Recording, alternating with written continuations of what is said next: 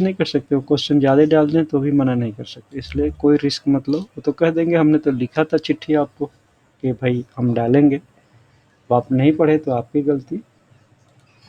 देखो 2020 को ठीक से पढ़ लेना, इसमें ये इसका नाम ये है, ये डेफिनेशन सारे लिखे हुए हैं। ये चैप्टर्स वो जो 2007 के चैप्टर हैं उसके इस चैप्टर में चैप्टर का आगे पीछे किया हुआ है। इसमें अब लिखा गया है कि हमें ऑडिट करना है सीएजी को, तो उसका हमें मैंडेट कहाँ से मिलता है, मतलब अधिदेश कहाँ से मिलता है, हमें पावर कहाँ से मिलता है कि हम ऑडिट करने जाते हैं और कोई हमें अपने डिपार्टमेंट में हमें मना नहीं करता है या कह डर जाता है कि ऑडिट करने आए हैं या ऑडिट ये करने का इनका पावर है, तो वो कौन सा देता है। जैसे पुलिस वाले को कौन सा पावर दिया है, उसके होम मिनिस्ट्री ने पावर दिया है, वो इसलिए वो पुलिस वाले आपको चेक कर लेते हैं और आप अपना सारा डॉक्यूमेंट उनको दिखाते हैं। दूसरा कोई आदमी खड़ा होकर चेक करे तो आप उसके साथ झगड़ा करेंगे, उसको चेक नहीं कराएंगे अपने डॉक्यूमेंट। तो ये इनको अधिदेश मिला है इसलिए ये कर लेते हैं। इसी तरह अधिदेश हमें कहाँ से मिला है, हमें ऑडिट करने का अधिदेश मिला है डीपीसी एक्ट से, कि हम ऑडिट कर सकते हैं। डीपीसी एक्ट में लिखा है कि जब हम ऑडिट करते हैं तो कौन कौन सा चीज़ों का ऑडिट कौन कौन से सेक्शंस में करते हैं, ये भी हमें लिखना पड़ता है। तो इसलिए डीपीसी एक्ट के सारे सेक्शंस को फिर से रिवाइज कर लेना एक बार, है ना। ये सब सारी चीज़ें हमें जानने लायक है बच्चे। जिन्होंने 2007 नहीं भी पढ़ा है 2020 ज़रूर पढ़ लो, क्योंकि वो चीज़ों को कवर किया गया है। यही चीज़ें हमने वहाँ से, ये जो चीज़ें लिखी हैं हमने जो पढ़ के सुनाया यहीं से सुनाया था। ऑलराउंडर्स के नोट्स इन्हीं को कवर किया हुआ है।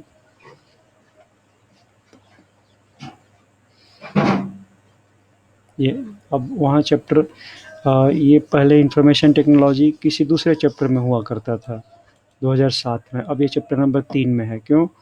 क्योंकि ये आईटी ऑडिट को बहुत ज़्यादा इम्पोर्टेंस है, इसलिए चाहते हैं कि जो हमें आदेश मिला है उस आदेश के बाद तुरंत हमें आईटी ऑडिट पे चला जाना चाहिए, क्योंकि आईटी ऑडिट ही सारे जगह कंप्यूटराइज सिस्टम हो गया है सारे डिपार्टमेंट में। तो हमें आईटी ऑडिट से रिलेटेड जाननी चाहिए, तभी हम ऑडिट कर पाएँ। इसलिए रेगुलेशन नंबर 16 में दिया है आईटी ऑडिट्स। अब ये मैं नहीं कह सकता कि क्या ये रेगुलेशन का नंबर भी पूछेगा, क्योंकि कभी-कभी जीएफआर में रूल का नंबर पूछ देता है कि जीएफआर का रूल नंबर ये बताओ, इसके अनुसार इसका क्या-क्या इसमें हम देखते हैं। तो कहीं किसी पेपर सेटर के दिमाग में ये भी आ गया कि ये आईटी ऑडिट तो 2007 में कहीं और किसी रेगुलेशन नंबर पे होता था। रेगुलेशन नंबर है ना, ये सभी को रेगुलेशन ही, मैं आपको सिखाया ना, सभी को रेगुलेशन ही कहेंगे। इस किताब का नाम खुद ही रेगुलेशन है, और इसमें जो भी सीरियल नंबर है या रूल नंबर है या जो भी पॉइंट्स हैं, ये इसको हम रेगुलेशंस कहते हैं। तो वो पूछ सकता है कि आईटी ऑडिट जो हम करने जाते हैं वो किस रेगुलेशन नंबर पे लिखा है। ये रेगुलेशन नंबर वो नहीं कहेगा, वो सिर्फ रेगुलेशन कहेगा। तो इसलिए हमें ध्यान भी देना पड़ेगा। ये 16 है ना। देखो अभी तक आपकी दाढ़ी मूछ नहीं आई, अभी अब एडल्ट नहीं हुए हो, और आईटी ऑडिट कंप्यूटर शुरू हो गया आपके लिए, है ना। तो इसलिए 16 नंबर से शुरू हो गया। याद करने के लिए कुछ बता रहा हूँ, इससे आप बेटर याद कर सकते हो आपको, है ना। आईटी ऑडिट में हमें कहाँ क्या देखना चाहिए, सिस्टम पे भी ऑडिट कर सकते हैं और उनके डॉक्यूमेंट को भी, जो कंप्यूटर पे मेंटेन हो रहा है उनको भी हम चेक कर सकते हैं, है ना। तो दो चीज़ें हैं, ये रेगुलेशन नंबर है, और अब जो डीपीसी का जो सेक्शन नंबर है वो अलग अलग है। उसका मैं आपसे पूछूं कि 16 नंबर उसका सेक्शन नंबर क्या है, 17 नंबर क्या है, तो आप उसके हिसाब से बताएंगे कि सर ये जो कुछ भी है आपका रिसिप्ट है। 16 नंबर में हम जो भी ऑडिट करते हैं गवर्नमेंट की, कि ये रिसिप्ट कहाँ कहाँ से आई हैं, उसके लिए हमें चेक करना होता है। वो डीपीसी का 16 नंबर सेक्शन में हमें स्टोर की ऑडिट करनी होती है सर, तो हम डीपीसी के 17 नंबर सेक्शन के अनुसार ऑडिट करते हैं। ये एक्ट है, इसलिए एक्ट का सेक्शन होता है, ये रेगुलेशन है। तो इस रेगुलेशन में 17 नंबर में आईटी ऑडिट का है, तो दोनों को मिक्स मत कराना कि 17 नंबर के डीपीसी एक्ट अलग है, ये किताब ही अलग है, और ये किताब अलग है जो हम रेगुलेशन पढ़ रहे हैं, तो उसके 17 नंबर पे ऑडिट ऑफ आईटी सिस्टम्स है। 16 नंबर पे हमें पूरे आईटी का मैंडेट है ना। एक क्वेश्चन पूछता था रेगुलेशंस में कि परफॉर्मेंस ऑडिट कहाँ पे लिखा है, किस सेक्शन, किस रेगुलेशन पे लिखा है। तो अब रेगुलेशन का नंबर ही चेंज हो जाएगा। अब परफॉर्मेंस ऑडिट का रेगुलेशन वो नहीं रहेगा जो आपका 2007 में, क्योंकि इन्होंने सीक्वेंस ही चेंज कर दिया है, सीरियल नंबर सारे चेंज कर दिए हैं। अब आईटी से रिलेटेड ये सारा चैप्टर नंबर 3 है। तो 16 से लेके, ठीक है, 16 से लेके 18 तक आईटी एक्ट के बारे में बताया, मतलब आईटी ऑडिट के बारे में रेगुलेशन में दिया हुआ है। ठीक है, इसी तरह right of access to audit and responsibility of the auditable entity. तो ऑडिटेबल एंटिटी की हमें कंप्यूटर दिखाएगा, हमें मना नहीं करेगा, हम उन चीज़ों को देखेंगे, तो वो सारे के सारे हमें राइट दिया गया है कि हम उसके सारे चीज़ों को देख सकते हैं ऑडिटेबल एंटिटी के, इंक्लूडिंग यूनियन और गवर्नमेंट। तो जब भी कभी आपका आपका कभी कभी PC5 में ये भी क्वेश्चन, सॉरी PC1 में क्वेश्चन आ जाता है कि आप किसी डिपार्टमेंट के ऑडिट करने गए हैं और वो वहाँ पे डिपार्टमेंट आपको अपना कंप्यूटर नहीं छूने दे रहा है, बोला ये सीक्रेट डॉक्यूमेंट है, ये आपको अलाउड नहीं है, आपकी छोटी छोटी जो फाइलें हैं या मोटी मोटी फाइलें, इन्हीं को आप देखो और इन्हीं पर ऑडिट करो, ये सब आपको हम नहीं छूने देंगे। तो वो हम उसको अब कहेंगे कि हमारा राइट टू एक्सेस है, हमें सब कुछ छूने का अधिकार मिला हुआ है, मैंडेट मिला हुआ है। ये कहाँ कहाँ पे लागू होता है, डीपीसी, ये जैसे रेगुलेशन कहाँ कहाँ पे लागू होता है। तो ये रेगुलेशंस जैसे पहले भी दिया था कि ये जो हमारे गवर्नमेंट के आईएनडी के ऑफिसर्स हैं उनके ऊपर भी लागू होता है, और जितने भी ऑडिट करने का हमारा प्रोविज़न मिला हुआ है कि हम ऑडिट कहाँ कहाँ से करते हैं, तो उन सभी पे लागू होता है। ठीक है, यही यहीं पे क्वेश्चन है कि ये पहला एक क्वेश्चन इंपॉर्टेंट यहाँ पे भी छुपा हुआ है, ये रेगुलेशन कहाँ कहाँ पे लागू होता है। तो these regulation shall apply to officers and staff of I and AD. ठीक है, ये हमारे ऊपर तो लागू होगा ही होगा। इसके अलावा all ministries, departments of the union government, state government and UT government, as well as bodies, authorities and enterprises to which the audit or accounts jurisdiction of CAG extend। तो CAG का जहाँ जहाँ पे ऑडिट अकाउंट्स का या उनके audit का हमें जहाँ जहाँ तक एक्सटेंड किया गया है कि यहाँ यहाँ तक हम ऑडिट करेंगे, चाहे वो स्टेट गवर्नमेंट में हो, चाहे यूनियन गवर्नमेंट में हो या यूटी में हो, या कोई बॉडी या अथॉरिटी, ऑटोनोमस बॉडी या अथॉरिटी जिसको गवर्नमेंट पैसा देती है, या कोई इंटरप्राइजेस, तो वहाँ पे हम सारा का ऑडिट करने का अथराइज्ड हैं। जहाँ पे अथराइज्ड हैं वहाँ पे सारा ये रेगुलेशन लागू होगा। तो जो आपका 19 नंबर कह रहा है कि हमें कोई मना नहीं करेगा, यदि मना करेगा तो हम FIR करेंगे, गवर्नमेंट को इंटीमेट करेंगे कि हमें मना कर रहे हैं, तो वो हम लिख के देते हैं ना कि ये आदेश जो हमें मिला हुआ है सीरियल नंबर इतने पर, रेगुलेशन नंबर 19 पे, उसके अनुसार ये हमें काम करने के लिए मना कर रहे हैं। ठीक है, अब आप पुलिस वाला, ट्रैफिक पुलिस वाला है, आपकी गाड़ी रोक लेता है और आपसे पूछता है कि आप अपना डॉक्यूमेंट दिखाइए, आप उसको अपना डॉक्यूमेंट नहीं दिखाते हैं, तो वो आपकी रिपोर्टिंग होगी। अब आप, मतलब अब लीगली आप ऑफेंस कर दिए, आपने क्यों नहीं दिखाया। अब कोर्ट में बात जाएगी, आपके ऊपर फाइन लगेगी, या जो आपके ऊपर ऑफिसर बैठे होंगे वो आपके घर में भेजेंगे चालान काट के कि भाई ये ऑफेंस आपने किया, यदि डॉक्यूमेंट मांगा गया तो क्यों नहीं दिखाया आपने पुलिस वाले को। तो नेग्लिजेंस किया या ओवरलुक किया या उनके आदेश को नहीं माना तो भी ऑफेंस करते हैं। तो वो ही हमारा यहाँ पे लिखा गया है कि हमें राइट है हमारा, हम किसी से रिक्वेस्ट नहीं करेंगे कि आप हमें दिखाओ, हमारा राइट है, हमें आपको दिखाना ही पड़ेगा, कोई ऑप्शन नहीं है। गाड़ी आपकी ही है, आपने ही ड्राइविंग लाइसेंस बनाया है, आपने सब कुछ किया है, बट आपके सारे कागज़ पुलिस वाले को दिखाना, पुलिस वाले को कागज़ का देखना, ट्रैफिक पुलिस पर उस दिन जो ड्यूटी पे है उसकी राइट है आपकी चीज़ों को देखना। तो इसी तरह ये हमारी राइट है, हमारी रिस्पॉन्सिबिलिटी है कि वो ऑडिटेबल एंटिटी जो है जिसके हम जा रहे हैं वो सारा का सारा, चाहे वो सॉफ्ट कॉपी में डेटा हो, including information, documents, electronic data हो। वो पहले क्या समझते थे कि सिर्फ ये जो फाइलें होती हैं, जो नोटिंग, ड्राफ्टिंग या पॉलिसी या रिलेटेड लेटर्स, उन्हीं को दिखाना होता है, कंप्यूटर को दिखाना नहीं होता है। लेकिन अब उनको ये बताया गया कि ये राइट टू एक्सेस आपके सारे चीज़ों को है, चाहे आप सॉफ्ट फॉर्म में मेंटेन कर रहे हो, चाहे हार्ड फॉर्म में मेंटेन कर रहे हो, आप हमें दिखाओगे ही दिखाओगे, है ना? तो यही हमें राइट टू एक्सेस। तो पीसी वन में कुछ इस तरह के क्वेश्चंस आते हैं, तो आप कोट कर सकते हैं कि रेगुलेशन 2020 के रेगुलेशन नंबर 19 के हिसाब से हमें राइट टू एक्सेस है, और आप यदि हमें मना कर रहे हैं तो ये हम अ, आगे इस मैटर को भेजेंगे, और आपको उसके लिए रिस्पॉन्सिबिलिटी आपकी फ़िक्स होगी कि हमारे काम में आपने दखल अंदाज़ी किया। ठीक है, कहीं-कहीं कॉन्फिडेंशियल रिकॉर्ड्स होते हैं जिसको हम अ, छू सकते हैं, हम उसको देख सकते हैं, ठीक है? लेकिन उसका तरीका ये नहीं है कि हमारा किसी भी लेवल का ऑफ़िसर देख सकता है। अब हमारा ऑडिटर ही जाके देखे उनके सीक्रेट डॉक्यूमेंट को, ये अलाउड नहीं है, ठीक है? तो जैसा बनाया गया है नियम कि किस रैंक के ऑफ़िसर को कहाँ तक के डॉक्यूमेंट को देखने का अधिकार है, तो उसी के अनुसार हमारा ऑफ़िसर देख सकता है। लेकिन ये रूल कहाँ पे लिखा है? ये रेगुलेशन 20 में लिखा है। The document classified as confidential, कई तरह के प्रेसिडेंस होते हैं ना बच्चे। एक होता है ऑर्डिनरी या जनरल, जिसको सब लोग सारी फाइलों को देखते हैं, यहाँ तक कि आप साइट पे भी अपलोड कर देते हैं।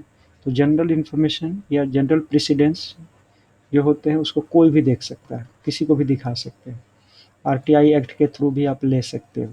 लेकिन जो कॉन्फिडेंशियल उसके बाद आता है, उसके बाद से आता है कॉन्फिडेंशियल। कुछ लोगों तक ही ये दिखा सकते हैं, कुछ लोग को ओपन पब्लिकली नहीं है। उससे के बाद होता है दूसरा, उससे बड़ा सीक्रेट टाइप का डॉक्यूमेंट, है ना? सीक्रेट टाइप का डॉक्यूमेंट की कोई ऐसी कोई सरकार की नीति है जो वो भी दूसरों को भी नहीं दिखा सकते। और तीसरा आता है टॉप सीक्रेट, जिसको किसी को दिखा ही नहीं सकते। जैसे कोई हमारे देश में कोई बम बन रहा है, या कोई न्यूक्लियर वेपन बन रहा है, या कोई हम रिसर्च कर रहे हैं, टॉप सीक्रेट डॉक्यूमेंट है। डिफेंस के डॉक्यूमेंट मोस्टली टॉप सीक्रेट जो होते हैं, तो हम नहीं दिखा सकते हैं। या किसी भी ऑर्गेनाइजेशन का भी कोई ऐसी चीज़ें हैं जो सिर्फ बड़े अधिकारी लेवल पर ही ये बात हो सकती है, टॉप सीक्रेट है। तो उस पर लिखा होता है कि किस टाइप का डॉक्यूमेंट है, कॉन्फिडेंशियल है, या सीक्रेट है, या टॉप सीक्रेट है। तो उसको भी the document classified as this shall be made available to audit and shall be dealt with by the audit in accordance with the standing laws and instructions of the government for handling and custody of the documents and information। तो government ने जिस तरह के नियम बनाए हैं कि किस लेवल के अफसर को या कितने दिन तक या क्या-क्या चीज़ें आप इसमें चेक करोगे, या कहाँ पे आके चेक करोगे, तो जैसा भी लॉज़ और इंस्ट्रक्शंस गवर्नमेंट ने बनाया है, उसी अनुसार हम उसको हैंडलिंग करेंगे, इस तरह के डॉक्यूमेंट को, ठीक है? लेकिन आगे 1-2 चीज़ें और लिखी हैं कि इफ़ सर्टेन प्रिविलेज और कॉन्फिडेंशियल इन्फॉर्मेशन और personally identifiable information (PII) prohibited from general disclosure by laws is obtained in course of an audit. Audit should maintain confidentiality of that information and ensure that any audit products do not become a means of compromising such privileges or confidentiality of the information. However, this does not preclude मतलब मना करना, है ना? मना करना, रोकना audit from including the names of the department, organization, parties concerned in audit reports as per extent orders of CAG and consistent with applicable laws। ये कह रहा है कि अब आपके हाथ में ये सीक्रेट डॉक्यूमेंट या ये सब दे दिया गया है, तो इसका मतलब ये नहीं हुआ कि आप इसको पब्लिकली ओपन कर दो और जग जाहिर कर दो और बता दो। नहीं, आपको सिर्फ आपके पर्पज़, ऑडिट पर्पज़ के लिए दिया गया है कि आप चेक करो कि इसमें कोई पैसा एक्स्ट्रा खर्च तो नहीं किया गया है, कोई ऐसी चीज़ें इसमें रूल रेगुलेशन को ताक पे तो नहीं रखा गया। ये सब जो ऑडिट का पर्पज़ है, आप उसको देखो। इसके अलावा इसको मिसयूज़ नहीं करना है। हाँ, लेकिन इसका मतलब ये भी नहीं हुआ हाउएवर दिस डज़ नॉट परक्लूड, मतलब ये मना नहीं कर देता है कि आप ये मत लिखो कि डिफेंस के ऑडिट से रिलेटेड हमने किया और हमें कुछ गलतियाँ पाई गई। चूँकि हम जब भी ऑडिट करते हैं, हमारी रिपोर्ट्स जो होती हैं, तो रिपोर्ट्स जब हम प्रेसिडेंट को देते हैं या गवर्नर को देते हैं, उसके बाद से जब वो टेबल हो जाती हैं पार्लियामेंट में या लेजिस्लेटिव असेंबली में, तो एक कॉपी हम प्रेस में भी रिलीज़ के लिए देते हैं, प्रेस में रिलीज़ करने के लिए। तो प्रेस रिलीज के लिए हम देते हैं, तो वो नाम हम मना नहीं कर सकते, डिपार्टमेंट का नाम बता सकते हैं कि इस डिपार्टमेंट में, जैसे बोफोर्स कांड का, जो बोफोर्स गन डील हुआ था, डॉक्यूमेंट्स तो टॉप सीक्रेट ही थे, लेकिन डिपार्टमेंट का नाम तो आप बताएं ना कि डिफेंस में ये चीज़ें गड़बड़ी हुई है ना। तो ये इसका मतलब ये नहीं हुआ कि इस तरह के डॉक्यूमेंट है तो आप ऑर्गेनाइजेशन का नाम नहीं बता सकते, या पार्टीज कंसर्न जो यूनिट जो इन्वॉल्व थी खरीदने के लिए आर्मी की, वो नाम नहीं बता सकते, ये नहीं कह रहा।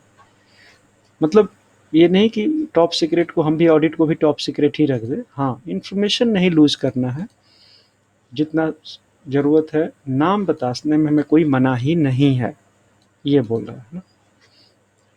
Next, information about an auditable entity acquired in course of audit shall not be used for purpose other than discharge of CAG. ये इम्पॉर्टेंट हमारी कोड ऑफ एथिक्स है कि अब हम किसी पार्टी को बदनाम नहीं करेंगे कि इस पार्टी ने ये गलती की है, या पॉलिटिकल इन्फ्लुएंस में हमको नहीं आना है, या जिस पर्पज़ के लिए हमारा ऑडिट है बस उतना ही हमको लिमिटेड रहना है। ये नहीं कि हम किसी का नाम बदनाम करने लगें, कोई इस तरह की हम चीज़ों को नहीं कर सकते हैं। हाँ, लेकिन फिर भी नेक्स्ट लाइन ये है कि मतलब ऑडिट के पर्पज़ के अलावा और कोई पर्पज़ के लिए यूज़ नहीं करना है, किसी पार्टी का नाम बदनाम नहीं करना है, जो रूलिंग पार्टी है उसके फेवर में बात कहें, और जो अपोजिशन पार्टी है या प्रीवियस गवर्नमेंट की जो रिलेटेड एक्टिविटीज़ हैं उसको हम बदनाम करें, ये सब हमारा काम नहीं है। हाँ, लेकिन इसका मतलब ये नहीं हुआ, it is not precluded from reporting offences against the laws to appropriate prosecuting authorities wherever necessary. लेकिन जहाँ पे ज़रूरत होगी किसी भी इंफॉर्मेशन की, किसी भी लॉज के अकॉर्डिंग, तो हम उसको डिस्क्लोज करेंगे भी। Instances of fraud or corruption as noticed during audit shall be reported to concerned authority by audit or instructions issued by, जैसे हमें विजिलेंस कमीशन को या सीबीआईज को या किसी भी फ्रॉड एंड करप्शन के बारे में, किसी डिपार्टमेंट के बारे में बताना हो, तो ये नहीं कह दिया गया मना कि नहीं आप नहीं बताएंगे, नहीं तो उसका बदनाम होगा। नहीं, हमें ज़रूरत पड़ेगी, हमें मैंडेट है, तो आगे हम इंफॉर्मेशन देंगे उनको काम कराने के लिए, ठीक है। फिर इसी तरह हमने किसी का यहाँ से शुरू हो गया 19, 20, 21 के हम, हमारा राइट है एक्सेस करना, और कोई मना कर रहा है कि आप नहीं करेंगे। ये कहाँ पे लिखा है? ये 21 नंबर पे लिखा है रेगुलेशन की। यदि किसी ने मना कर दिया हमें डाटा देने से, या कम डाटा देता है, तो ये कहाँ पे लिखा है, हम क्या एक्शन लेंगे? ये 21 नंबर रेगुलेशन पे लिखा है। Cases of failure to provide data, information and documents shall be immediately reported by the audit office to the controlling officer and suitably to concerned government या ministry, including secretary of department in case of government of India, या chief secretary of the state for state के case में chief secretary के पास। ठीक है, जो हमें कोई मना कर दिया, हमने पुलिस वाले के पास ये ऑडिट करने के गए पुलिस हेडक्वार्टर में, और पुलिस हेडक्वार्टर बोले ऑडिटरों से तो हम भी बड़े होते हैं, हमने तो कई ऑडिटरों को ये देखे हैं वो देखे हैं, वो हमें बेवकूफ़ बना रहे हैं, हमें दे ही रहे हैं ऑडिट करने के लिए डॉक्यूमेंट, अपने कंप्यूटर को नहीं दे रहे हैं कि ये मत छूना, ये हमारा सीक्रेट डॉक्यूमेंट है, हमारा ये है वो है, तो वो हमें डेटा प्रोवाइड नहीं कर रहे हैं। तो हमें क्या करना चाहिए? हमें ये कह रहा है कि यदि हमको लेटर लिखते हैं, यदि वो नहीं, तो हम इमीडिएटली हम इस चीज़ को रिपोर्ट करेंगे कंट्रोलिंग ऑफिसर के पास, जो उनका कंट्रोलिंग ऑफिस होगा, जिस पुलिस का ऑफिस का जो हेडक्वार्टर होगा, या जहाँ पे इनका कंट्रोलिंग ऑफिसर सीओ बैठता होगा, तो उसके पास हम ये रिपोर्ट इमीडिएटली भेजेंगे कि ये आपका यूनिट जो है, ये आपका फील्ड ऑफिस मना कर रहा है, हमें डॉक्यूमेंट नहीं दे रहा है। और इसके साथ हमें ज़रूरत होगी सूटेबली, तो हम उस गवर्नमेंट को या मिनिस्ट्री को या होम मिनिस्ट्री को हम बताएंगे, ठीक है, और बताएंगे, गवर्नमेंट को बताएंगे, और इसके सेक्रेटरी को, including secretary of the department, ये तो हो गया कंसर्न मिनिस्ट्री को, माने होम मिनिस्ट्री को, और हम डिपार्टमेंट को भी बताएंगे कि ये पुलिस डिपार्टमेंट का ये महकमा जो है, ये हमें प्रोवाइड डाटा नहीं कर रहा है। तो सूटेबली हमें कंसर्न गवर्नमेंट को भी बताना है, और यदि ये सेंट्रल गवर्नमेंट का डिपार्टमेंट है तो उसके सेक्रेटरी को बताना है, यदि वो स्टेट गवर्नमेंट का डिपार्टमेंट है तो उसके चीफ सेक्रेटरी को बताना है कि ये घटना घट रही है, हमें ये प्रोवाइड नहीं करा रहे हैं, दे रहे हैं, जबकि हमारा मैंडेट मिला हुआ है कि हम इनके ऑडिट करेंगे। ठीक है बच्चे? तो इस तरह आप थोड़ा बारीकी से हर चीज़ों को देखा करो, स्पेशली जो आईटी ऑडिट से रिलेटेड चैप्टर्स हैं, इसको तो मैं नहीं कहता हूँ कि आप छोड़ो, क्योंकि आईटी ऑडिट पे विशेष फोकस है गवर्नमेंट का भी और सीएजी का भी, और ये नया टॉपिक है। बाकी ये पुराने ही हैं कि आप सेक्शन नंबर 13 से डीपीसी एक्ट हो गया फिर शुरू। डीपीसी एक्ट को आपने ठीक से पढ़ा है, तो यहाँ पे जस्ट रिवीजन ही है डीपीसी एक्ट का ना।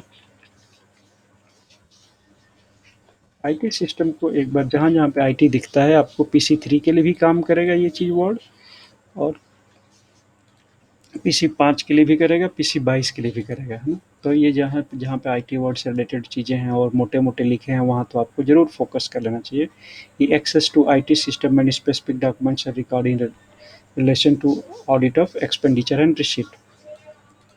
तो हमें जो भी हमारा 13 नंबर या 16 नंबर है सेक्शन डीपीसी एक्ट का, उसमें 13 नंबर में हमारा एक्सपेंडिचर की ऑडिट होती है और 16 नंबर में पूरे रिसिप्ट की ऑडिट होती है। तो वो अकॉर्डिंगली हमें जो आईटी सिस्टम में जो डॉक्यूमेंट बने हैं, रसीदें बनी हुई हैं, उसको भी हमें ऑडिट करने का अधिकार है और हमें करना है सारे डॉक्यूमेंट्स आईटी से रिलेटेड। मतलब जहाँ जहाँ पे सिस्टम गवर्नमेंट के काम कर रहे हैं, कोई नया डॉक्यूमेंट, कोई नया ईआरपी लगाया उन्होंने, पीएफएमएस टाइप या बीएमएस टाइप, है ना, बेम्स लगा दिया, पीएमएस लगा दिया, वो सब भी हमें चेक करना है। स्टोर्स और स्टॉक के हम ऑडिट करते हैं 17 नंबर में। और ये देखो, ये वर्ड उससे थोड़ा सा अलग हट के आया है। जो हमारा पीछे था 2007 में, उसमें इतना स्टोर्स के बारे में ऑडिट करने का प्रोविज़न नहीं था। 2020 में खुल के लिखा है कि हम स्टोर की ऑडिट करने के लिए पूरी तरह से अथराइज्ड हैं। Audit of stores and stocks involve verifying that adequate and sound system procedures in place of complied with this। तो ये सारी चीज़ें हमें स्टोर के हमें चेक करने की ज़रूरत है। फिजिकली भी हम जाके चेक करेंगे, हालांकि पहले भी हम फिजिकली चेक करते थे। वो हमें authority of computer CG for audit of store and stock, तो ये 17 नंबर में बोला गया है। हाँ, ये 17 नंबर आपका डीपीसी एक्ट का है, और ये रेगुलेशन में पूछे तो 35 नंबर, 36 नंबर, ये सब चीज़ें हैं। क्योंकि इस बार पहली बार ये पेपर एग्ज़ाम में आने वाला है, हमें भी एग्जैक्ट पता नहीं है कि ये लोग रेगुलेशन का नंबर पूछेंगे कि नहीं पूछेंगे। तो हमें एक बार मोटा मोटी तो सिक्वेंशियल याद रखना चाहिए इसको बच्चे, ठीक है। ये नहीं, एक ही पूछते हैं परफॉर्मेंस ऑडिट का कहाँ पे लिखा है, यही पूछते थे ना, अभी इतना नंबर पे नहीं पूछते थे।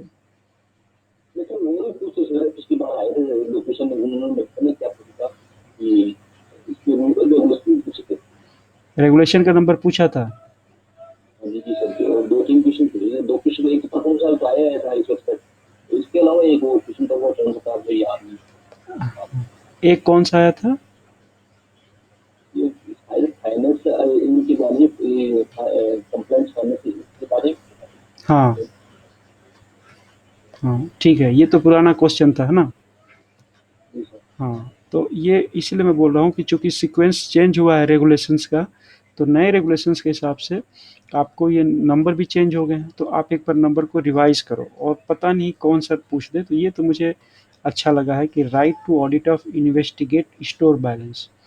ये हमारा ऑडिट में carry out physical inspection of stores and investigate store balances as part of checkup performed in audit and report discrepancies.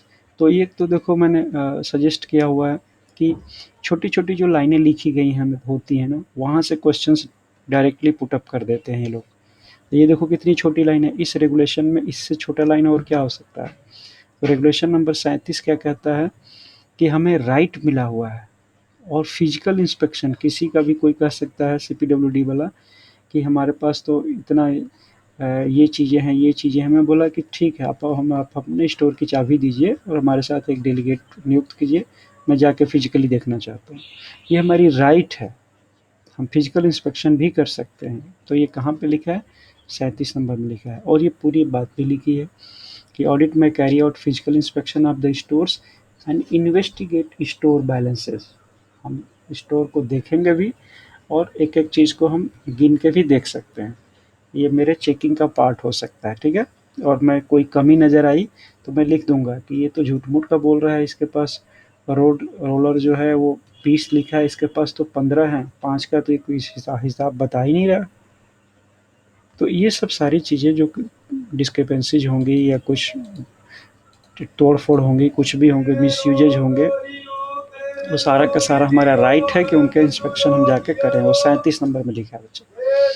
तो इसको याद करना कितना आसान है, ऐसे देखें तो 17 नंबर हमारा डीपीसी एक्ट का कहता है स्टोर से रिलेटेड, और 37 नंबर हमारा कह रहा है राइट ही है ना? तो हमारा 2 गुना और बढ़ गया, या 2 या 20 ऐसे बढ़ गया ना। पहले 17 था, ये डीपीसी एक्ट में है ही, अभी भी है, पहले नहीं था, अभी भी है, बट ये 37 नंबर में हमारा राइट बन के आ गया है। रेगुलेशन हमको राइट दे दिया है, ठीक है? चलो, ये सारी चीज़ें आप देखना बच्चे। मैं ज़्यादा टाइम नहीं लूँगा, 8 बजे आपका ख़त्म करने वाला हूँ। तो ये तीनों फिर ऑडिट आपकी शुरू हो गई, ये फिनेंशियल ऑडिट, कंप्लायंस ऑडिट और परफॉर्मेंस ऑडिट। तो जो पीसी 5 वाले बच्चे हैं उनको तो मैं इतना नहीं कहूँगा, क्योंकि टू मच में जाएंगे तो वो ऑडिट की तैयारी करने लग जाएंगे, ठीक है? लेकिन जितना संभव है मोटा मोटी आपको देखना है। बाकी जो जो पीसी 22 वाले बच्चे हैं ऑडिट वाले, उनको तो भाई डीप में जाना ही पड़ेगा, क्योंकि ये एक पेपर जो आपका पीसी 22 की एक पूरी किताब ही ऑडिट एंड अकाउंट्स रेगुलेशन है, और हर साल करीब 10 क्वेश्चन इसमें से टच होते हैं। तो कहीं नंबर ऑफ वो बढ़ा दिया क्वेश्चन, तो इसलिए आपको रिस्क नहीं लेना है इस किताब से। तो एक-एक चीज़ आपको, जैसे फिनेंशियल कंप्लायंस और परफॉर्मेंस ऑडिट पढ़ना ही है, तीनों किताबें अलग-अलग होती हैं, तो इसको एक बार यहाँ से पढ़ लो ठीक से, ठीक है ना? उसका रिवीजन भी हो जाएगा। तो ये तीनों किताबें अलग-अलग तो हैं ही, बट एक बार यहाँ से भी इसको रिवीजन कर लो, ठीक है? कि फाइनेंशियल ऑडिट क्या होती है, परफॉर्मेंस ऑडिट क्या होती है, कंप्लायंस ऑडिट क्या होती है, ये तीनों को पढ़ लो, है ना? यही परफॉर्मेंस ऑडिट का कॉन्फ्रेंस होल्डिंग के लिए बताया गया, हमें ये कॉन्फ्रेंस होल्ड करना है, एग्जिट कॉन्फ्रेंस करना है, एजी ही उसके हमारे तरफ से ऑडिट के रिप्रेजेंटेटिव एजी होंगे, है ना?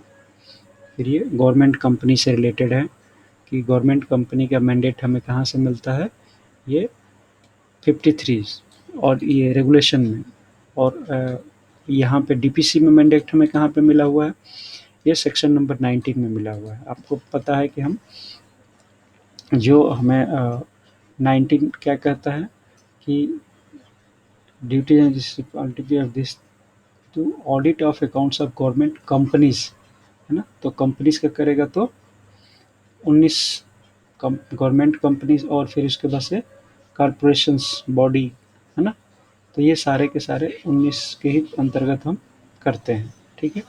और इसमें ये कुछ नए जुड़े हुए हैं, एप्लीकेशंस प्रिस्क्राइब्ड अकाउंटिंग स्टैंडर्ड, जो एएस मिले हुए हैं या इंड एएस मिले हुए हैं, या ICIC IC institute of chartered accountant of India ने जो अपने स्टैंडर्ड अकाउंटिंग स्टैंडर्ड इशू किए हैं, इसके अकॉर्डिंगली ही हम ऑडिट करते हैं। और ये कंपनी एक्ट 2013 के अनुसार हो गया है, जो स्टैंडर्ड हमारा बना हुआ है।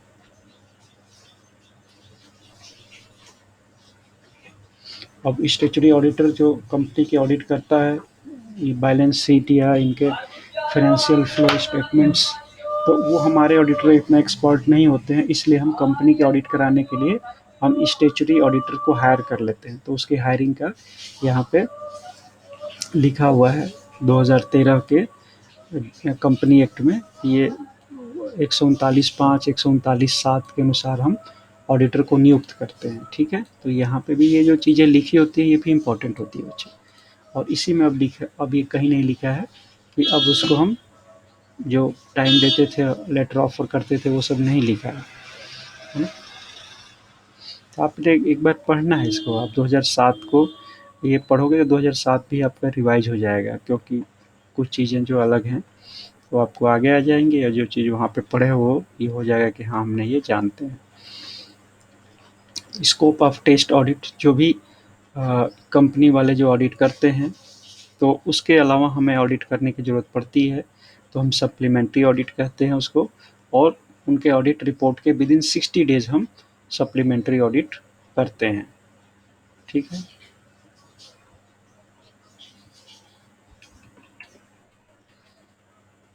ये चीज़ें देखो, ये भी पहले भी पूछा था, जहाँ पे ऐसी ऐसी चीज़ें बच्चे पेपर सेटर के दिमाग में फटाक से ही क्वेश्चन पेपर में बनाने को तैयार है।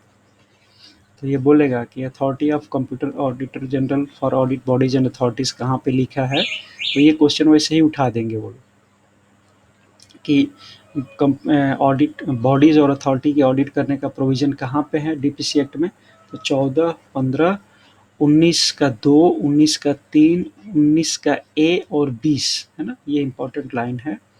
हालांकि ये क्वेश्चन 2007 में भी पूछता था पहले, अभी भी ये वर्ड पूरा 2007 का ही है, लेकिन आपको फिर भी याद रखना है। ठीक है बच्चे, और ये ऑडिट के बॉडी और अथॉरिटी का मीनिंग ये बताया है। फिर डीपीसी एक्ट पूरा चल रहा है अभी, 14, 15, 19 और 20, इन तीनों को डिटेल में ये बताया गया है। ठीक है। ये थोड़ा सा एक नया वर्ड है इसमें, देखो, reporting of results of audit other than financial audit of accounts. तो इसमें देखो, ये 106 नंबर आपका रेगुलेशन है ना, रेगुलेशन 106 में इसी में बोल रहा है कि जो हमें कॉरपोरेशन की जो ऑडिट है, result of other audits including compliance and performance audit of government corporations shall be reported in accordance with regulation 136।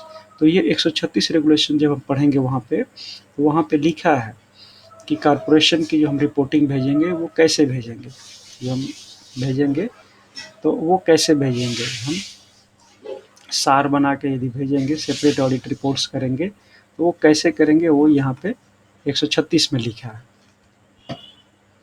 ठीक है।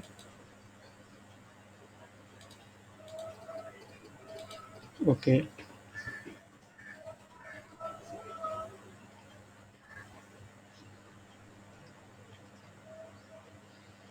मैंने हर चैप्टर से क्वेश्चन बनते हैं बच्चे, स्पेशली जो कंपनी कॉरपोरेशन वाला है इसमें से एक क्वेश्चन बनता ही बनता है, एटोनमस बॉडी वाला। तो आप ये भी सोच सकते हैं कि शायद एटोनमस बॉडी वाला जो हमारी किताब है वहाँ से क्वेश्चन डाला है, वास्तव में वहाँ से क्वेश्चन ना होकर वो क्वेश्चन यहीं से होता है। लेटर ऑफ इंटरेस्टमेंट आपने पढ़ा होगा, लेटर ऑफ इंटरेस्टमेंट जो होता है वो कोई भी letter of entrustment of audit of a body और authority to the CAG shall be issued in the name of president, governor या administrator unitary having a legislature. The letter shall inter alia indicate that the prescribed requirement, including the requirement relating to giving a reasonable opportunity to the body or authority where applicable, have been satisfied. तो ये letter of इंटरेस्टमेंट जो है वो CAG को दिया जाता है, चाहे वो स्टेट गवर्नमेंट की भी, स्टेट गवर्नमेंट की ऑडिट हम करा रहे हैं, स्टेट गवर्नमेंट की किसी बॉडी या अथॉरिटी को हम ऑडिट करा रहे हैं। ठीक है।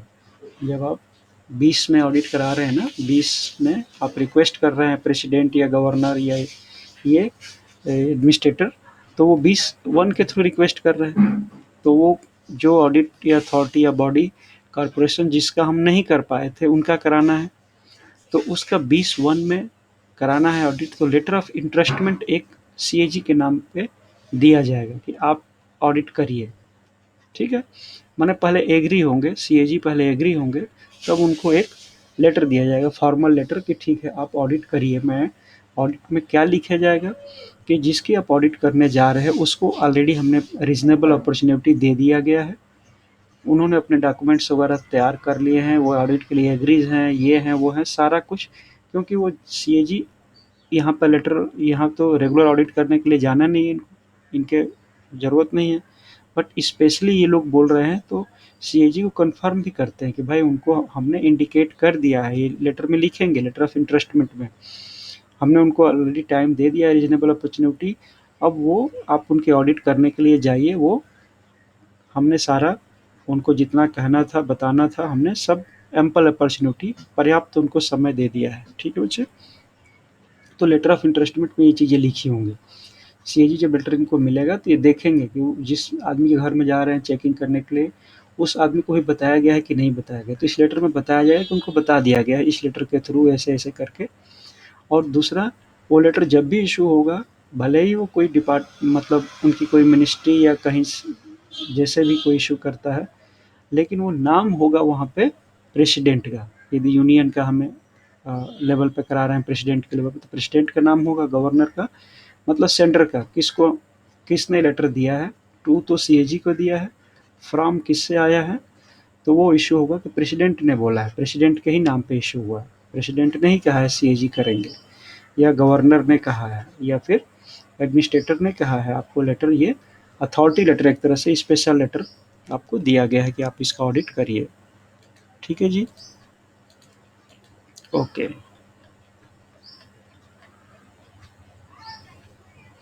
फिर ये हम जो स्टेट गवर्नमेंट का जो पंचायती राज है, वहाँ पे भी ऑडिट करने का लोकल फंड ऑडिटर होता है, वो ऑडिट करते हैं।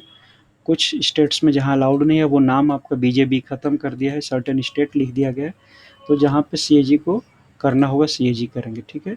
और इस यहाँ पे जो एप्लीकेबल होगा 14, 19 और 20, इसके अंतर्गत भी हम, मान लो इनको पैसे दिए गए हैं, तो इसके अंतर्गत भी हम चेक कर सकते हैं कि ये 25 लाख से ऊपर है, या फिर ये 75, ये अपना, हमने गवर्नमेंट का किस इसमें कितना स्टेक है, कितना गवर्नमेंट का पैसा लगा हुआ है, वो सारा का सारा जो 14 का नियम है वो लागू होगा इस पे भी, पंचायती राज पे भी, कितना पैसा दिया है गवर्नमेंट का, क्या हुआ है। या फिर 19 या 20 के अंतर्गत कोई ऑडिट अथॉरिटी बॉडीज़ का करना है, इसमें इंक्लूड है, तो पंचायती राज में भी ये हम तीनों एप्लीकेबल होगा बच्चे। ठीक है? ये नहीं कि पंचायती राज के चीज़ों में ये हम नहीं देखेंगे, यदि गवर्नमेंट का स्टेक लगा है, पैसा लगा है, तो 14, 19, 20 पंचायती राज में भी घुसेगा। ठीक है? ये पूरा लेसन पंचायती राज का है। तो उसकी ऑडिट करने का प्रोविज़न कहाँ पे है? यहीं से होता है, कॉन्स्टिट्यूशन में यहाँ पे लिखा है। डीपीसी एक्ट में कहाँ पे लिखा है? डीपीसी एक्ट में 14, 19 और 20 में लिखा है। ठीक है ना? इसके अंतर्गत हम ऑडिट करते हैं पंचायती राज का। भाई कुछ चीज़ें फ़ायदा हो रही है, या मैं कहानी से सुनाया जा रहा हूँ और फिर आप बोलेंगे कि सर इससे अच्छा तो हम ही लोग खुद ही पढ़ लेते सर। हाँ जी, दादा कुछ फ़ायदा हो रहा है? मोंती दा, या आपका नींद खराब किया मैंने? नहीं सर, सो रहा है सर। हाँ, मैं सिर्फ आप लोगों को आइडिया दे रहा हूँ, बच्चे पढ़ना तो सभी को अपना ही होगा। मैं सिर्फ बता रहा हूँ कि कौन-कौन से पोस्ट को आपको ध्यान से देखना है, तभी जाके वहाँ टारगेट पे मारोगे, है ना? मारना तो गन तो आपको ही चलाना है, बट मैं सिर्फ आइडिया दे रहा हूँ कि ये टारगेट थोड़ा ज़्यादा सेंसिबल है, वल्नरेबल है, इसको देखना। यहाँ देखोगे तो आपको मतलब एक कहावत नहीं है, जस्ट एक कहानी कहानी के लिए बता रहा हूँ कि रावण को तो मारना है, एग्जाम आपका एसएस तो रावण ही है, उसको तो मारेंगे तो ही जीत होगी आपकी ना, लंका पे जीत होनी है, मतलब पावर लेना है। तो लेकिन नाभि उसकी कहाँ है? नाभि में बोलते थे ना, रावण की नाभि में अमृत था, मतलब नाभि में मारने का मैं जगह बता रहा हूँ कि बच्चे ये थोड़ा ध्यान देना। बट तीर तो आप ही को चलानी है, तैयारी तो आप ही को करनी है ना। मैं जस्ट एक आइडिया बता रहा हूँ कि ये चीज़ों पे ज़्यादा फोकस कर लेना। ये चीज़ें हो सकता है कि PC5 में भी इसकी संख्या बढ़ा दें, क्योंकि नया-नया जब ये बनाएँगे क्वेश्चंस, तो एक ही क्वेश्चन बनेगा, दोनों में ये लोग स्प्लिट कर देंगे, PC5 में भी डलवा देंगे, PC22 में भी डलवा देंगे वही क्वेश्चन बैंक, इसलिए हमें रिस्क नहीं लेना है। पता नहीं कहीं, एक बार जब जीएसटी आया था 2017 के बाद, जब जीएसटी आया था, तो ये जो पेपर हुए थे उसके बाद, तो PC5 में करीब 15-15 क्वेश्चन भी जीएसटी से आ जाते थे, जबकि ये कॉन्स्टिट्यूशन का 101 नंबर अमेंडमेंट था। तो कॉन्स्टिट्यूशन से रिलेटेड क्वेश्चन का ये, क्योंकि कॉन्स्टिट्यूशन एक पोर्शन है PC5 में, तो कॉन्स्टिट्यूशन से और कोई क्वेश्चन नहीं पूछ के इसी क्वेश्चन को पूछ लेते थे। तो हम मना भी नहीं कर सकते हैं आपकी, भाई क्यों पूछ रहे हो, क्योंकि कॉन्स्टिट्यूशन सिर्फ जीएसटी थोड़े ही है। तो जब नई चीज़ कोई भी इंट्रोड्यूस होती है तो संभावना बहुत ज़्यादा वहाँ से क्वेश्चन बिल्डअप करने की होती है। इन्होंने किसी यदि पेपर सेटर को क्वेश्चन बनाने के लिए दे दिया, तो मान लो क्वेश्चन बना के इसमें से 100 क्वेश्चन दे देता है, तो 100 क्वेश्चन में हो सकता है कि 10-15 क्वेश्चन ये PC5 में ही यूज़ कर लें उसका, तो हम मना तो नहीं कर पाएंगे ना बच्चे। इसलिए एक एक्स्ट्रा भले सिलेबस बढ़ा हुआ कह लो कि भाई हमारा सिलेबस बढ़ गया, जो कुछ भी हुआ तो करना तो पड़ेगा आपको। जैसे देखो बच्चे, हर 2-3 साल के बाद इनका सिलेबस बढ़ जाता है। 2014 के बाद 2017 में इन्होंने सिलेबस बढ़ा दिया था। तो इस समय से जो सिलेबस बढ़ा था, इस सिलेबस में करीब 25% चीज़ें बढ़ गई थी। अभी इन्होंने देखो, अभी 2021 आ गया, अभी तक पेपर तो आपका शायद अगस्त में होगा। हाँ, पेपर का कुछ डेट आया आया है किसी को आइडिया पेपर के बारे में? हाँ, चलो। तो देखो, अभी तक 2014 के बाद 3 साल में ही इन्होंने बढ़ा दिया था, 2017 कर दिया था। अब देखो 2021 आ गया, 5 साल हो गया, इन्होंने पेपर को अभी बढ़ाया नहीं है, सिर्फ PC3 के सिलेबस को इन्होंने बोला है कि अगली बार SS2 का जो एग्ज़ाम होगा उससे हम बढ़ा देंगे, उससे हम इसका पेपर ही सिलेबस ही चेंज कर देंगे PC3 का। तो आप लोगों को सौभाग्य है, जल्दी से जल्दी इस पेपर को फर्स्ट टाइम में अच्छे नंबर से क्लियर कर लो, नहीं तो फिर सिलेबस बहुत लेंदी कर देंगे। अब 2017 के बाद 2022 में मान लो सिलेबस चेंज कर देते हैं, 6 साल हो जाएगा, करना है ही, ड्यू है, सिलेबस चेंज होना है, तो और किताबें बढ़ जाएंगी और डीप लेसन्स उसमें घुस जाएंगे। तो आपको यही, अभी कोई बच्चों को यही संभाल में नहीं आ रहा है, 60 नंबर लाना मुश्किल हो रहा है, तो और गधे के ऊपर इसे और सामान लाद देंगे तो उसको तो चलना मुश्किल हो जाएगा। तो आप सौभाग्यशाली समझो कि जल्दी से जल्दी जो भी पेपर का जो सिलेबस है उसी में अपना काम चला लो, दूसरा कोई सिलेबस आए उससे पहले आप एसएस क्लियर कर लो। इसलिए मेहनत में कोई कमी नहीं रखना भाई, ये सर ने जो बता दिया बस उतना ही पढ़ना है। मैं पेपर सेटर नहीं हूँ बच्चे, मुझसे पूछ के पेपर कोई नहीं बनाता है, और पेपर जब भी बनता है उन्होंने बोला हुआ है कि मैं इन किताबों से ही बनाऊंगा, तो उन किताबों पर क्यों नहीं मेरी मास्टरी हो जाए। ऑलराउंडर्स ने उस पर फोकस नहीं भी किया है, मत करें, हमें ऑलराउंडर्स के भरोसे थोड़े रहना है। ऑलराउंडर्स एक सपोर्ट के लिए काम कर रहे हैं, जैसे डॉक्टर एक सपोर्ट करता है, बट डॉक्टर के भरोसे ही हमारी लाइफ थोड़े चलती है। हमारी लाइफ तो मैं खुद अपना फिजिकल एक्टिविटी करूँ, मेहनत करूँ, सावधानी बरतूँ, तो मैं खुद डॉक्टर के पास जाने की ज़रूरत ही नहीं पड़ेगी। तो ऑलराउंडर एक डॉक्टर की तरह ही आपको सपोर्ट कर रहे हैं, है ना। एक मास्टर और डॉक्टर सिर्फ सपोर्टिंग का ही काम कर सकता है, बट फिजिकल स्ट्रेंथ बढ़ाना स्टूडेंट्स का या पेशेंट का ही काम होता है, तो वो आपको करना है बच्चे, आपको अपने रोल पे कमी नहीं लानी है, ठीक है ना। और इसी बार कर लेना है सब पेपर को, क्योंकि अगली बार सिलेबस बढ़ जाएगा तो मुश्किल हो जाएगा, अभी इतना संभालना मुश्किल हो रहा है, 20-25% और बढ़ा देंगे, ठीक है। तो please you have to be serious, more serious. तो मैं इसका टेस्ट तो अलॉट करूँगा ही, लेकिन संडे तक का टाइम दे दूंगा, जिन बच्चों को टाइम लगता है कि भाई आप एक आध दिन में कर सकते हैं वो कर लेना, और नहीं तो फिर संडे तक का टाइम दे दूंगा, वो कर लेना आप लोग, ठीक है बच्चे। और पावर टू मॉडिफाई या रिलैक्स, जैसे ये रूल बन गए, पहले जो रूल उसमें थे आपके वो ज़्यादा थे, इसमें रूल अभी कम हो गए, 173 नंबर रूल पे ख़त्म हो जा रहा है। पहले जो आपका रूल था अ, वो आपका वन नहीं 230 थे, है ना। हाँ, 230 रूल हुआ करते थे, और उसको साइन किया था डीजी ने, डीजी ऑडिट ने। अभी राजीव महर्षि ने किया, सीएजी ने ही साइन कर दिया है इसको, ठीक है। सीएजी ने ही साइन किया है, तो आप समझ लो कि ये आपका सीरियस किताब बनने वाली है, और इस पर क्वेश्चंस भी अच्छे अच्छे निकालेंगे ये लोग। तो ऑलराउंडर्स में 100 क्वेश्चंस का आपको टेस्ट देना है, और टेस्ट के क्वेश्चंस भी अच्छे ही हैं। फिर भी ये एक्सक्लूसिव नहीं है कि बस उतने ही क्वेश्चन पढ़ने, किताब पढ़ के ही क्वेश्चन के आंसर देने बच्चे आपने, ठीक है। तो ये इसके साथ ही मैं अपना ये लास्ट 2 लाइनें बता के ख़त्म करता हूँ कि मॉडिफाई, पावर टू मॉडिफाई या रिलैक्स, ये रेगुलेशन के बारे में कोई नियम नया इसमें चेंज करना हो, या इसको रिलैक्स करना है कि ठीक है ऑडिट करते समय इसके ऊपर ध्यान दो या ना दो, तो ये सारा का सारा पावर सीएजी के पास है, क्योंकि सीएजी ही रेगुलेशन बनाते हैं। The whole or part of these regulation may be modified under the orders of CAG. Any provision of this regulation may be relaxed by general या special order by the CAG. कोई special order निकाल के या कोई general order निकाल के CAG ही इसको change कर सकते हैं, रेगुलेशन को, और कोई चेंज नहीं कर सकता। प्रेसिडेंट नहीं चेंज कर सकते हैं, कैबिनेट नहीं चेंज कर सकता, सीएजी ही सिर्फ चेंज कर सकते हैं।